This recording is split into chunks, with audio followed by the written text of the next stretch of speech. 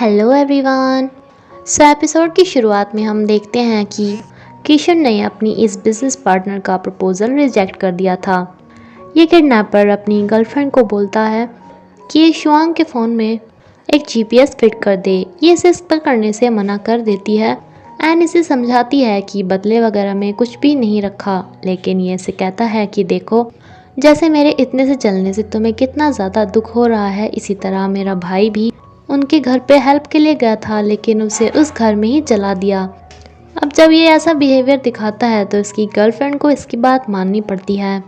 कीतियान गुलनान को फिर से मिलती है एक इत्तेफाक के द्वारा एंड इसे गिफ्ट देती है। गुलनान इसे मना करता है, लेकिन जब ये इसे सैड दिखता है तो इसे कहते हैं कि ठीक है, अब की बार तो मैं ले रहा हूँ, लेकिन इसके बाद नहीं। ये सभी किसी बिजनेस ट्रिप के लिए बाहर आए थे, जिस पे किडनैपर की गर्लफ्रेंड, जो कि इसकी कलीग भी है, पहले तो इसे ड्रिंक पीने को देती है एंड जब इसका पेट एकदम से खराब हो जाता है तो इसके पर्स में से फ़ोन निकाल कर उस पर अपना काम जारी कर देती है, लेकिन जल्दी के चक्कर में इसका पर्स नीचे गिर जाता है। ये श्वांग श्वांग चिल्ला रही थी, जिस पे कीशुन बिना कुछ सोचे समझे ही पानी में कूद जाता है। ये सब कुछ श्वांग भी देख रही थी, जिसका गुस्सा थोड़ा और शांत होता है। ऊपर आते ही इससे पूछती है कि तुम वहाँ पे क्यों कूदे थे, तो ये बोलता है कि तुम्हारे पर्स में हमारी कंपनी के ज़रूरी डॉक्यूमेंट्स थे, इसलिए। इसके घर आने पे ये देखती है कि इसकी तबीयत कुछ ठीक नहीं है। ये इसे दवाई देती है, लेकिन जैसे कि इसके सपने में भी इसे किस की थी, तो ये इसे रियल में भी कहता है कि क्या अगर मैं दवाई खाऊंगा तो मुझे किस मिलेगी।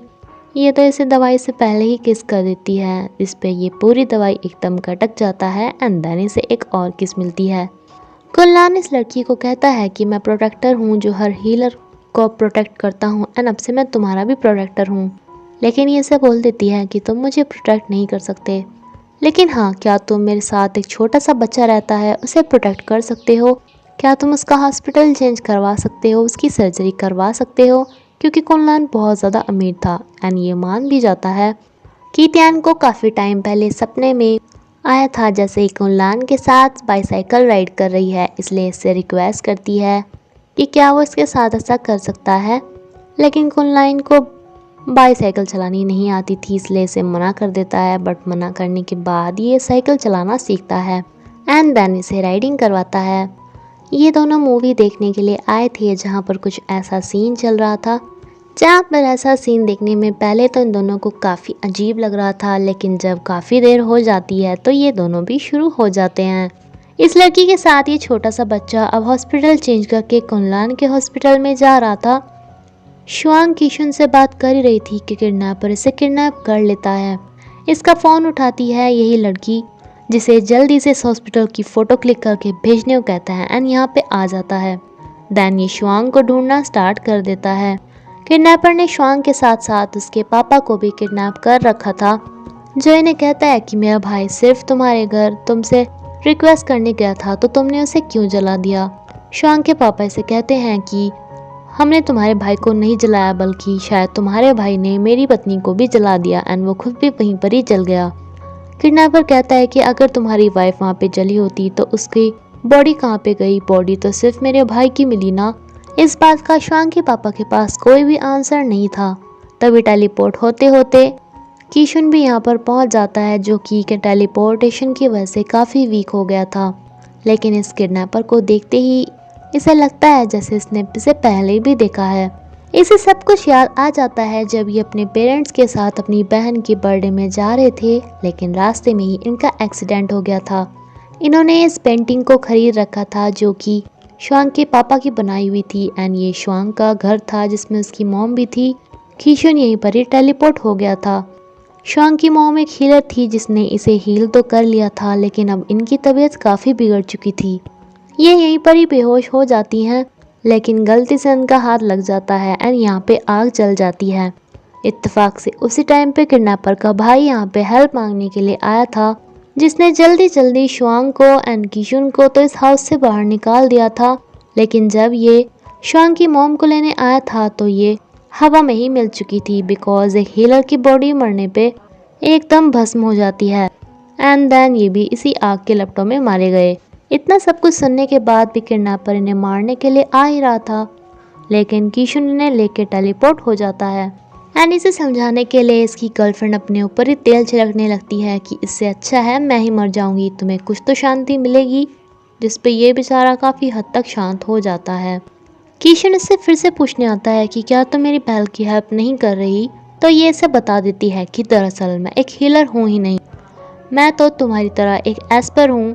जैसे तुम टेलीपोर्ट हो सकते हो, तुम्हारी बहन फ्यूचर देख सकती है, ऐसे ही मैं किसी को भी टच करके उनका पेन गायब कर सकती हूँ।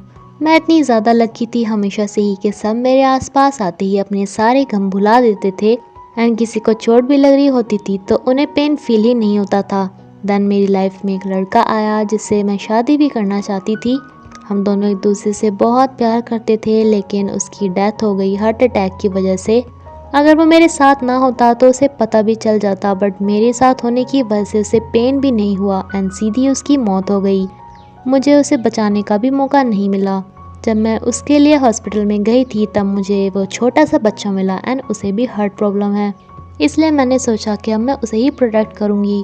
यानी कि इतनी बार श्वांग को इसलिए टच कर रही थी जिससे कि उसकी हीलिंग पावर से ये हील हो सके। जिस पे कीशन आके श्वांग को बोल देता है कि तुम ना अपनी उस बेस्ट फ्रेंड से दूर रहो, वो तुम्हारा यूज़ कर रही है। लेकिन श्वांग इसकी बात नहीं सुनती। एंड देन ही कुनलान को कुछ पेपर्स देती है। इसका मतलब था कि ये अपना हार्ट उस बच्चे को दे रही है। पहले ये अपनी मौत से डरती थी, लेकिन अब इसे कोई डर नहीं था। ये सिर्फ उस बच्चे को बचाना चाहती थी। यानी कि अब इस बच्चे की सर्जरी होती है, लेकिन ये इस दुनिया में नहीं रहती।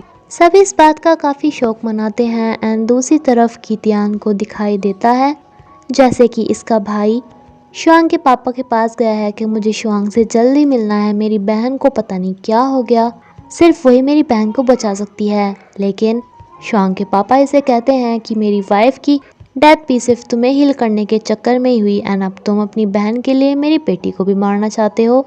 ये सब कुछ देखने के बाद ये सीधा जाती है कुनलान के पास एंड इसे कहती है कि क्या तुम एक दिन मेरे साथ बिता सकते हो। काफ़ी रिक्वेस्ट करने पे कुनलान मानता है। ये इससे पूछती है कि बताओ तुम्हारी फेवरेट कैंडीज कौन सी है। ये स्ट्रॉबेरी बताता है जो कि ये खुद ही खा लेती है। कुनलान कहता है कि मुझे लगा था मेरी फेवरेट पूछ रही हो तो मुझे ही दोगी, लेकिन ये इसे खा के इसे किस करती है एंड कहती है कि आज के बाद तुम जब भी इस वाली कैंडी को खाओगे ना, जो कि तुम्हारी फेवरेट है, तो तुम ऑफकोर्स खाओगे, तो तुम्हें मैं याद आऊँगी। ये सब कुछ देखकर बेचारे शूलांग को काफ़ी जेलस फील हो रही थी। अब जैसे कि कीतियान को पहले ही ग्लाइडिंग का सपना आया था तो ये इसे लेकर ग्लाइड करती है। एंड जब पूरा दिन ख़त्म हो जाता है तो इसे कहती है कि क्या मैं तुम्हें गले लगा सकती हूँ, एंड इसे गले लगा के रोने लगती है। दैन इसे ये बोल के चली जाती है कि आज के बाद मैं तुम्हें कभी भी डिस्टर्ब नहीं करूँगी, एंड दैन रोते हुए यहाँ से चली जाती है। श्वांग देखती है कि कुनलान ने इसके पास एक लेटर लिखा हुआ था कि आज तक मैं तुम्हें लाइक करता था, बट मैं काफ़ी कंफ्यूज था कि मैं तुम्हारा प्रोटेक्टर हूँ, इसलिए तुम्हें प्रोटेक्ट करने के चक्कर में ही तो तुम्हें लाइक नहीं करने लगा। एंड अब मुझे समझ में आ गया है कि ऐसा ही था, लेकिन अब मैं तुम्हारी लाइफ से हमेशा के लिए जा रहा हूँ। कीतियान फिर से लास्ट टाइम एक बार अपने आप से ही फ्यूचर देखती है, जहाँ पे ये देखती है कि इसकी भाई की लाइफ बिल्कुल ख़त्म हो चुकी है, जो कि हमेशा अकेला ही रहता है। ये सोचती है कि अपने डेथ की न्यूज़ से अपने भाई को परेशान नहीं करेगी। ये यहीं पर ही बेहोश हो जाती है। एंड बेचारा ये शूलांग जो रेड रोज़ लेके इसके लिए आ रहा था, वो इसे इस हालत में देखकर कीशुन को जल्दी से फ़ोन लगाता है। लेकिन कीशुन तो यहाँ पे अपनी गर्लफ्रेंड को शादी के लिए प्रपोज करने में लगा हुआ था, इसलिए खुद ही इसे हॉस्पिटल लेके चल देता है। लेकिन जब काफ़ी देर हो जाती है तो कीतियान इसे कहती है कि मुझे हॉस्पिटल में मत लेके जाओ, कोई भी फ़ायदा नहीं है, बिकॉज़ मैंने अपनी डेथ देख रखी है, मेरा मरना पक्का है। क्या तुम मेरी एक हेल्प कर सकते हो? मेरे भाई को मेरी डेथ के बारे में नहीं बताना, मुझे कहीं लेकर चले जाओ एंड उन्हें बोलते रहना कि तुम मुझे ट्रैवल पे लेकर गए हो। ये ऐसा नहीं कर पा रहा था तो इसे कहती है कि अगर तुम मेरे से प्यार करते हो तो प्लीज़ ऐसा करो, जिस पे ये इसे लेके यहाँ से चल देता है।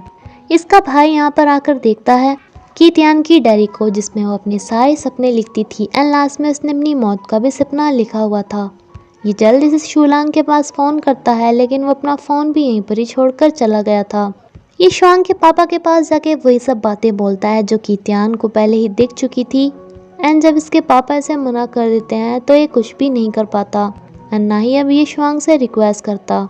श्वांग भी यहाँ पर आके देखती है इसी डायरी को एंड कीतियान की मौत को भी, जहाँ पर उसने लिखा हुआ था कि काश मेरे पास थोड़ा और टाइम होता तो मेरे भाई को मुझ में एंड शुआंग में चॉइस ना करनी पड़ती। शुआंग को ये सब देखकर काफ़ी गुस्सा आता है कि कीतियान के भाई ने सेल्फिश होकर अपनी बहन को नहीं बचाया बल्कि इसे बचाया, जबकि ऐसा कुछ था भी नहीं। कीतियान इन्हें कभी भी नहीं मिलती, लेकिन ये दोनों अब रिलेशनशिप में नहीं रह सकते थे, ये सोचकर कि कीतियान को मारकर ये एक साथ कैसे रह सकते हैं। काफ़ी टाइम ऐसे ही बीत जाता है कि शुन अपनी बहन के बारे में ही ढूंढता रहता था कि कहीं से कुछ क्लू मिल जाए कि वो कहाँ पर है। शूलांग उसे कहाँ पर लेकर गया, जिसे आज इन दोनों की बहुत सारी फ़ोटोज़ मिलती हैं, जिसमें कीतियान की एंड शूलांग की शादी की भी फ़ोटोज़ थी। ये देखकर इसे काफ़ी खुशी मिलती है एंड ये इतने टाइम बाद आके शुआंग से मिलता है। शुआंग इसे पहले तो बहुत मारती है, लेकिन दैन ये इसे गले लगा लेता है। इन दोनों को लग रहा था कि कीतियान कहीं पे शूलांग के साथ काफ़ी खुश होगी, लेकिन ऐसा नहीं था। कीतियान काफ़ी टाइम पहले ही डेथ हो चुकी थी, जिसके कहने पर शूलांग अपने साथ उसकी फ़ोटोज़ एडिट करके अलग अलग जगह की कीशुन पे भेज रहा था, जिससे उसे लगे कि ये दोनों ट्रैवल पे हैं एंड कम से कम वो अपनी लाइफ अच्छे से बिता सके। एंड इसी के साथ ये सीरीज़ यहीं पर ही ख़त्म होती है फ्रेंड्स। भले इसमें एक्टर एक्ट्रेस मिल गए हों, लेकिन कीतियान के लिए मुझे उनसे भी ज़्यादा बुरा लग रहा है। आप भी प्लीज़ कमेंट करके बताइएगा कि क्या ऐसा ही आपको लग रहा है। Thank you.